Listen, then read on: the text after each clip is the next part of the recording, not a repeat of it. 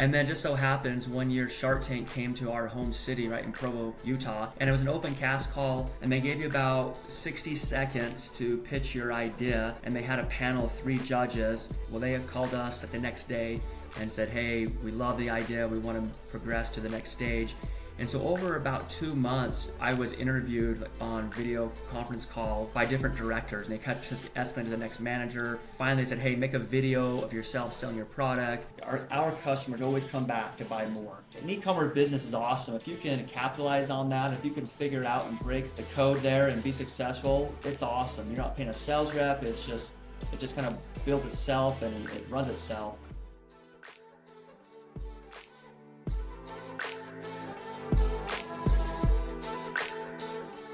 Thank you, Peter, for coming into this podcast. Yeah, glad to be here. Thanks for hosting this. So, can you tell me a little bit more about who you are and what you do? Yeah, so I'm currently the CEO of Fire Avert. Previously, I started my career off as a full-time career firefighter. Absolutely best job I've ever had. Loved being on the fire truck as a paramedic. Did that for 17 years, and then through the course of that, found myself starting and running Fire Avert. hmm Okay, that's amazing. And how did the idea came about? Yeah, so as a firefighter, as a young rookie there, I started realizing that every shift at the firehouse, we'd go on a kitchen fire. And a little bit of, yeah, it happens all too often. I started realizing that the number one cause of home fires around the world is people cooking. They start to cook and they forget about it, they get distracted or they're careless about it. And that's the number one cause of home fires. It's the leading cause of home fire fatalities.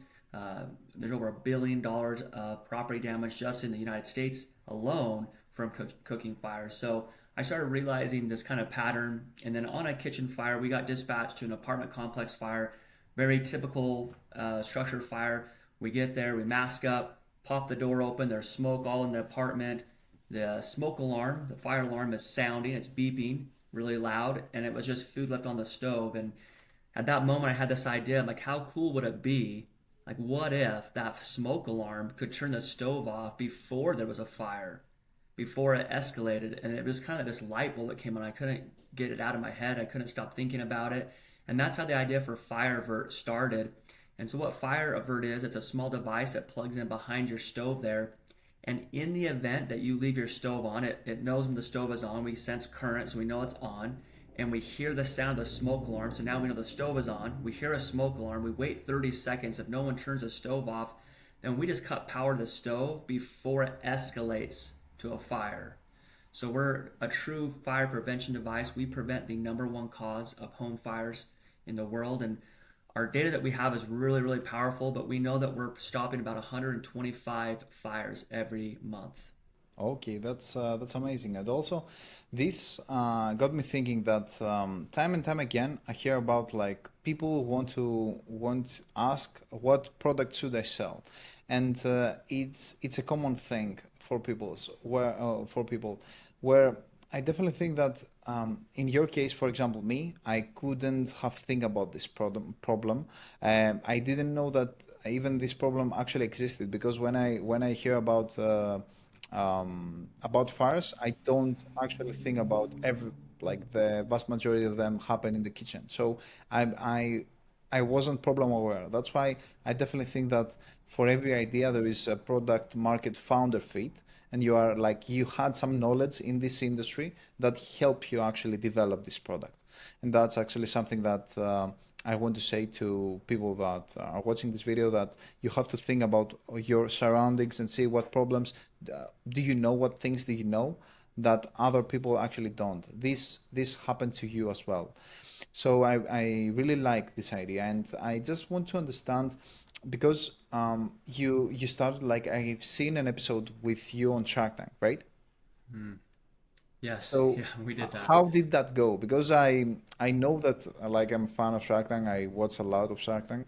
Actually, like I've been to Dragon's Den, which is the Shark Tank A similar, in yeah, it's a yeah. similar, yeah. And we also have a client that went to Shark Tank as well. So I really watched Shark Tank, and I watched your. I really liked the idea. So I just want to know like how things turned out? Like, how did you went to Shark Tank? So Shark Tank was an awesome experience. It was a lot of fun. So how that came about is I used to watch Shark Tank. I still do a little bit, but years ago I watched Shark Tank all the time. I thought it was such a fun show and a fun way to get your product to market. I had a lot of friends that always thought they would always tell me, say, "Hey, Fire Avert is meant for Shark Tank. Like you should go on Shark Tank." Like I don't know. And then just so happens one year Shark Tank came to our home city, right in Provo, Utah, and they were doing an open cast call. So one of my mentors said, "Hey, you should go down there and just pitch it and see what happens." So woke up and all right, I'll go down there. I went down there, stood in line, and it was an open cast call, and they gave you about 60 seconds to pitch your idea, and they had a panel of three judges, and they would ask different questions and give you. It ended up being maybe like 3 minutes that they asked questions for, and they kind of said, "Hey, if we're interested, we'll contact you in 2 months." Well, they called us like the next day and said, "Hey, we love the idea. We want to progress to the next stage." And so over about 2 months, I was interviewed on video conference calls on Zoom or whatever by different directors, and they kind of just escalated to the next manager. Finally, they said, "Hey, make a video of yourself selling your product." But it was a long process, a very strict and strategic like process of them validating, "Hey, we want you to go on Shark Tank." So once that we did get approval, then they fly you down to LA and you spend one day there going through all the rules of what you can and can't do, and then the next day you go on stage, and we went out there, and it's really a cool experience because there's really no stop and go. It's really just live, or not live, but it's real negotiation. And of course they edit it down to a smaller portion, but there's no stop or retakes or say that again, and you don't see any cameras. They do a really good job of hiding all the cameras and the drapes there, so it feels like you're really negotiating with investors there. But we had a great experience. We ended up doing a deal on the TV show with Lori Greiner, and we aired. And let me just tell you about how cool the power of marketing is. Is prior to that, and this is a long time ago, but we've been in business for 14 years. I think we went on Shark Tank like 10 years ago. And at the time, we had very little online sales, like maybe like three online sales a month. And then as Shark Tank aired on the East Coast of the United States, our shopping cart, like every 5 minutes we were getting a sell. It was just like magic, like boom, boom, and like we had like 50,000 people on our website, and then it kind of died a little bit, and then Central Time it aired again as when it aired all night across the country. When it aired again, every 5 minutes sells. So we did around like $50,000 in one night with Shark Tank there, and it kind of lasted. It kind of went down from there. But it just shows the power of marketing. And when you can get the right product in front of the right audience, it sells. So really cool. And it still re-airs today. It's been 9 years, I think, and it still re-airs. And every time it re-airs, we still see an uptick in our sales. Yeah, that's actually amazing, and I already know that because as I told you, I have been to Dragon's Den, and one of our clients been to Shark Tank, so I know that the explosion growth that it can happen in between the days and also after, especially if you capitalize on that. But I'm curious to know before going further to talk about like how amazing it can be to go on Shark Tank. The thing is that it helps you a lot because it's a TV show. Yeah, like you go to get like you advertise yourself. Okay, it's good if you get an investor here and there, but mostly it's about the views and how like you get maybe you get brand deals. Maybe you are going to get a lot of recognition about your brand, and people are going to know you from that. So I'm curious to know like if the deal actually went through, like because for most of the deals, I have heard rumors that they don't go through. Yeah, absolutely. And that is like all of our mentors told us, "Hey, just get a deal done. Like you need to get the publicity and the viewers there." Yeah. So that was the main focus there, and the main our main goal is just get a deal done, and we got a deal done. And when we were negotiating, it wasn't the best deal. It wasn't what we wanted, and so we tried to negotiate afterwards to make it more fair and more what we were looking for.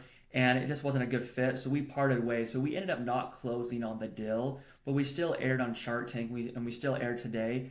So I thought we got the best of both worlds. We didn't take any money, we didn't give up any control or equity of the business, but we got all the publicity, and it really propelled the company forward, like just many years forward. And it, so I felt we got the best. Yeah, for sure. I definitely get that. And this is something that I advise my friends as well, like because I have like a close group of friends with that are e-commerce owners, and they tell me like I tell them, yeah, if you're going to go Dragon's Den, just say yes because it's going to help a lot. Like the views in the media, like it's going to stay on the yes, no matter if you actually like don't go, the deal doesn't actually go through. So it's a really good thing that you did that, and I definitely agree that you got the best of both worlds. It's amazing what you did there. Right now about the Shark Tank though, like because you tell me that once it's published, like it blew up, and for the business that we were managing the ads for, actually what it happened, like after it blew up, we actually scaled a lot with paid ads, basically Facebook ads, rearing the video, playing again parts of the show. So we capitalize on that and we scale even more. So in your case, like how did, of course, you got publicity at that point at that time, and you actually got a lot of sales at that time, but after a while, it's actually drops. So what did you do anything to keep that momentum going? We did, yeah. So we hired a PR firm, and you're absolutely right. There is it's so critical to capitalize on that momentum. And it's so hard to get momentum. So once you get some momentum, do everything you can to keep it going. So we hired a PR firm, and they were putting out PR releases. They were getting us on different TV networks. So we kept airing on different news channels or different bloggers. They would find big influencers out there, and they'd give them like a free Fire Avert for them to write up a post about us. So we did that for many years, just keeping that natural growth there, uh, being out in the known. And so we did a lot of media, a lot of influencers out there, everything we could, and we did some ad spend. We weren't the best at it. I think we lacked some knowledge and resources on there to make our our ad spend worth it. But we did it. Did everything we did was helping our SEO just grow and keep that momentum. Okay, that's really good, and also because the niche for like the fire prevention niche is a really huge niche. I had my eyes on a brand like that's actually a dropshipping brand that they were selling on this niche. Like I don't know if you know them, but Prepared Hero. Do you know them? I know I don't know them personally. I know who they are. Yeah, they do a lot of ad spend. They A have a lot of lot of ads, yeah. they do. So I'm very aware. I'm not so sure that the product is great, to be honest with you. I'm Yeah, not so sure. Yeah, and I when I see a funnel, like let me share my screen and show you like because we are managing ads for businesses, and like I know this for a fact. Like when I see a funnel that works like this, it's basically an advertorial of the business, and when you click here, you go straight to a funnelish checkout, and the product, like as you can see here, the highlighted price that you see here, it's not the price that you actually pay. The price that you pay is it's this small part right here. So basically they tell you, okay, you are going to select this, and you are going to get like this price you think, but it's actually this price because it is 4 items of that. One sec, one sec, one sec. Because my dog. Okay, so when you see that inside the landing page, you know for a fact that this probably a dropshipping brand, and they probably like I can assume that the product like is very cheap to actually get. So sometimes like I question the quality. I don't know if you have experience around that. um, yeah, we do our share of Amazon ads there. I wasn't familiar with that. That's like interesting. It makes it look like it's only $14, but Yeah, really yeah, yeah. 61. Yeah, clever of them, and they are moving a lot. So um, I have an Amazon expert that we use, and they take care of all that for us. Yeah, yeah. They have scaled a lot, like in Facebook. Let me show you. For example, as you can see here, like they have scaled so much in Facebook. Like they have 140 ads. Like they are all over the place. Look how many videos they have. Yeah, quite a few. Yeah, they are killing it for sure, and definitely like good for them for sure. I don't know about the product, like I've never bought, so I just my intuition. It's the products might be great, but the industry is amazing there. And yeah, so I was wondering, like, how you haven't, like Amazon, you actually sell, and you sell organically because you have all this PR, those backlinks. So it's something that you definitely do. How come, like, you've never actually scaled on Meta, like do Meta ads or Instagram ads, like something like that, like all the other businesses do? Because as I already told you, the partner that we had, like this is how we scaled.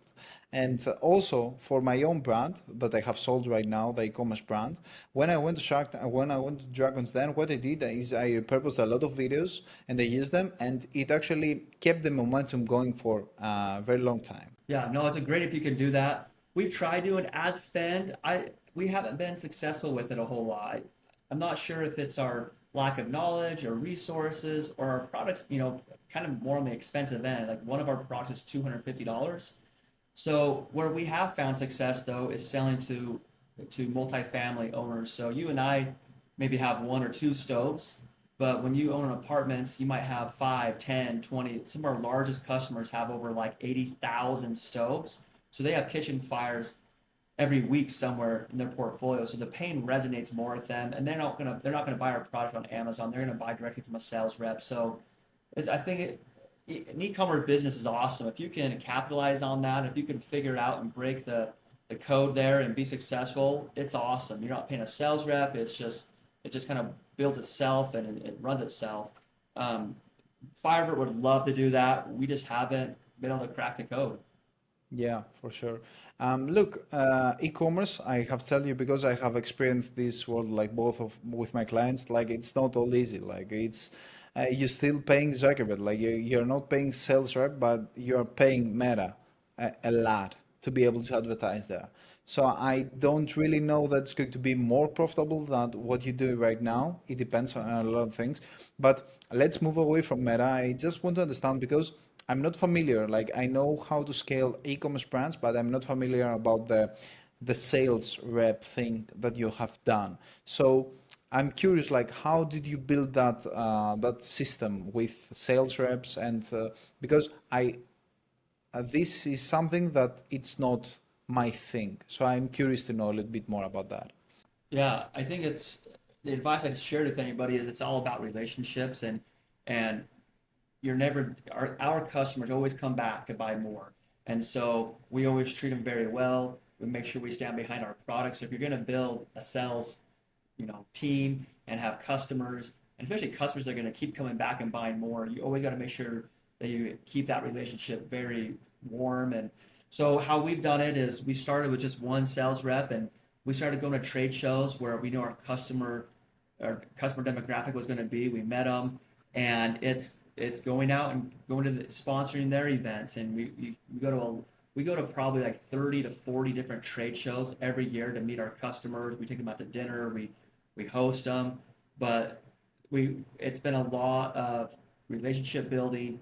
We do a lot of phone calls, demos, because when they're buying a product from us, they're not buying just one Firebird for $250. A lot of times they're buying tens of thousands. So a customer could easily spend $1 million with us in a year. So that's not an easy sell. It's not something that they can just sign off. There's all different red tape and different executives that you have to get approval from. So our sales cycle can be up to 9 months sometimes. The time we meet a customer, the time they place their first order. So a lot of trade shows, a lot of just being very organized and calling on them regularly, and just doing a lot of demos and answering their questions and making sure that we show them an ROI. That's so important with our product, with any product, especially, but especially with ours, is when they put our product in, no one sees it. It's out of sight. It's not like it's like cool, we got Fire Avert. It's purely on like an ROI. Is this going to save them money from having fire? So we have to have good data. And as time goes on, if they don't have success with us, they're not going to keep buying. So I think it speaks volumes to our product that we've had customers for 5, 10 years now, and they continue to buy because they see a good value and a good return on their investment. Yeah, that's really cool, and it's actually because it's something new. Um, It's not like I wouldn't actually thought like it was like an ROI thing until you mention it. So it's actually an ROI thing, especially if you have a lot of apartments, like because you are going to lose money if something gets burned.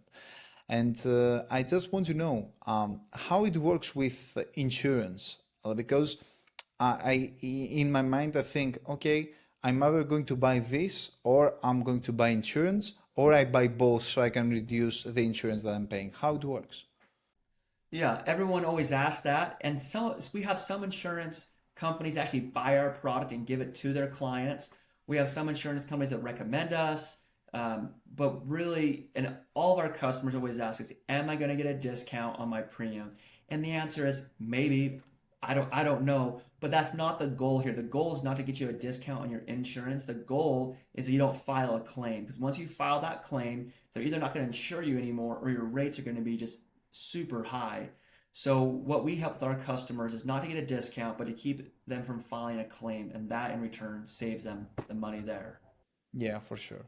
But have you tried to communicate with insurance companies and tell them like that to give basically lower fees? Because I don't know how these deals are getting done, but I think that it would be beneficial for those companies to do that. No? Absolutely. Yeah, we do talk to a lot of insurance companies. They're very aware of our product, but insurance rates, because of all the claims around the world, insurance rates are always going up. So it's almost, I don't want to say impossible, but it's very difficult for insurance company. There has been some products recently that have done it, but it's very hard for them to say we're going to give a discount for this type of product because every year insurance rates are going up. So it's them backtracking for them to give a discount. But premiums are always written based on how many claims this property has had, the type of construction. So some of our customers, as they're going through underwriting, they say, "Hey, we put fire avert in everywhere," and their premium is lower or it stays low. So I don't know if that answers your question, but it's very hard for insurance companies to give a discount with while because insurance rates are always going up. Yeah, I understand. Okay. Yeah, I don't know the industry. I just want to understand like what how it works basically. Okay, so what is the goal right now for your business? I'm assuming like the B2B side like is working really good. We haven't talked about the Amazon. So is one of the focus to scale B2C? Is it more focused to scale worldwide? Like what is the case? Because I don't think that I know about those products in Europe where I'm based. Great question. So I'll answer first Amazon and our website sales. I always want to scale that. That's always important. And we'll do between our website and Amazon, we'll do over $100,000 worth. So it's small compared to the rest of the business, but it's still a good amount. It's all organic. We don't do any ad spend right now, but we want to grow that. And so Europe, we actually have a distributor that we've signed a contract with in Europe and over Australia. We're actually tooling up and going through certifications. So hopefully by end of the year, we'll have a European model of our Fire Avert. We'll have one in Australia, and we'll have the distributors over there will be in charge of growing it, and we won't ever help with ad spend or any growth over there, but our distributors will. And they'll handle all that. That's great. So do you have a specific goal that you want to reach? Because like I have seen a lot of founders like over the years, like when they have a product, they scale it for like 5 to 6 years, and then they say, okay, let's move to the next one. But you have stick to it, like, and you are keep working on it. So that's great because I definitely believe that this is the way to actually grow. Like if you actually build momentum and then you stop because you get bored as a founder, because like many of the founders are actually really resourceful and they see problems everywhere, and it's something that I notice a lot. So do you have distractions, or like are you dialed in to scale this business?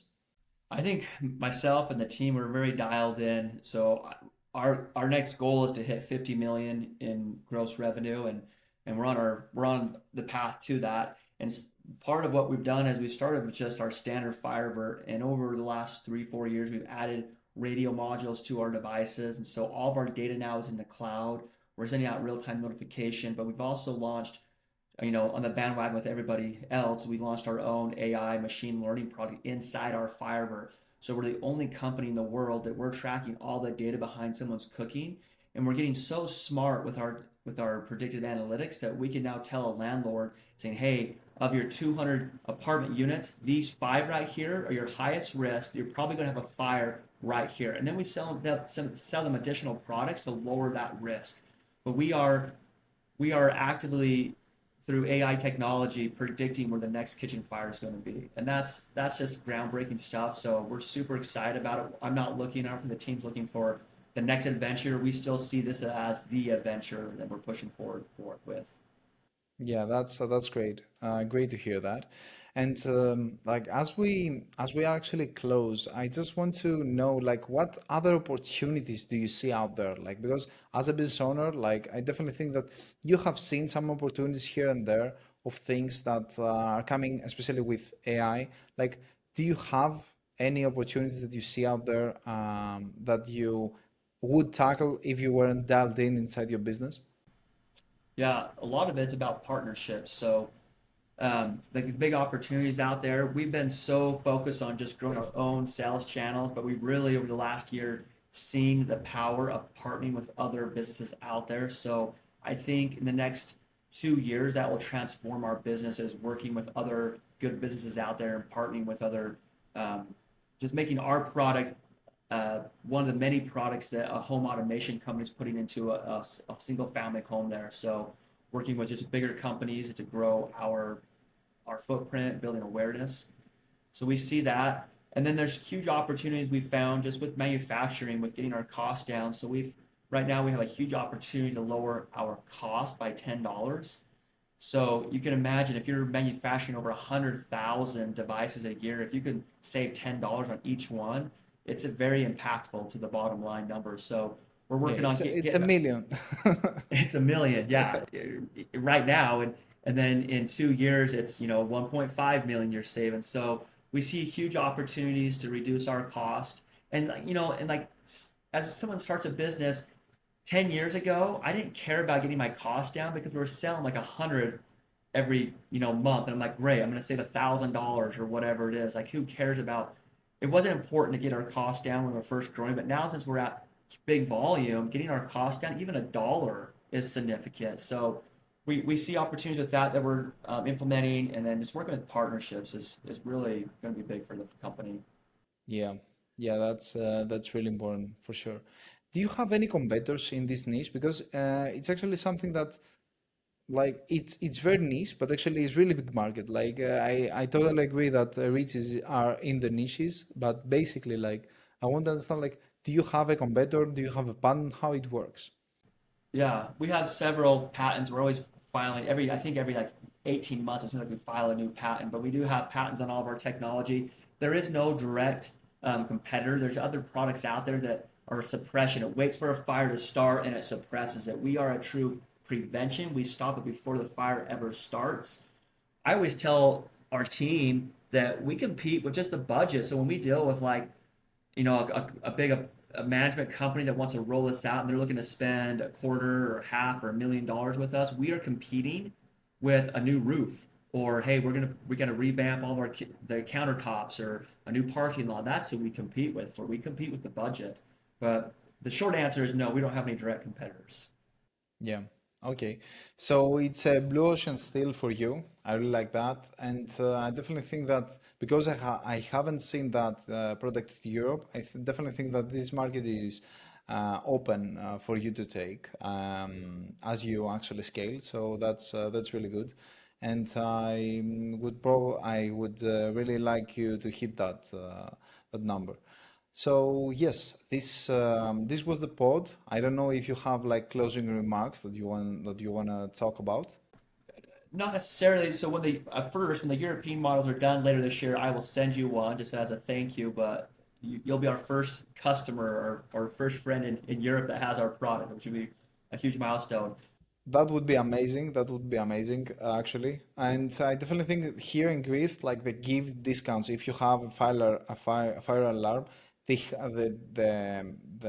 insurance have discounts, so you can definitely explore that you can definitely explore that option here in Europe, or you can tell your distributors to actually explore that option, because I definitely think that this is going to be huge, especially if you can manage to do that, because it is going to be an even greater incentive apart from the ROI. Like, you are going to increase the ROI by some percentage points. Like, I don't know how much, but it's going to help a lot sell those units and scale even more. I love it. That's interesting. I'm excited for Greece then and rest of Europe. It's going to be a huge opportunity for us. I guess in closing remarks to all the awesome listeners out there, they're looking to start a business or just getting started. It's worth it, and it's hard, but don't give up. I remember in our early days, just roadblock after roadblock, and we overcame them. And so now we're to the point, like, doesn't matter what roadblock comes, we're gonna find a solution around it, over it, doesn't matter. So keep pushing, keep going, because it's worth it. That's great. Thank you very much, Peter, for coming into the pod. And yeah, that's the pod. Thank you.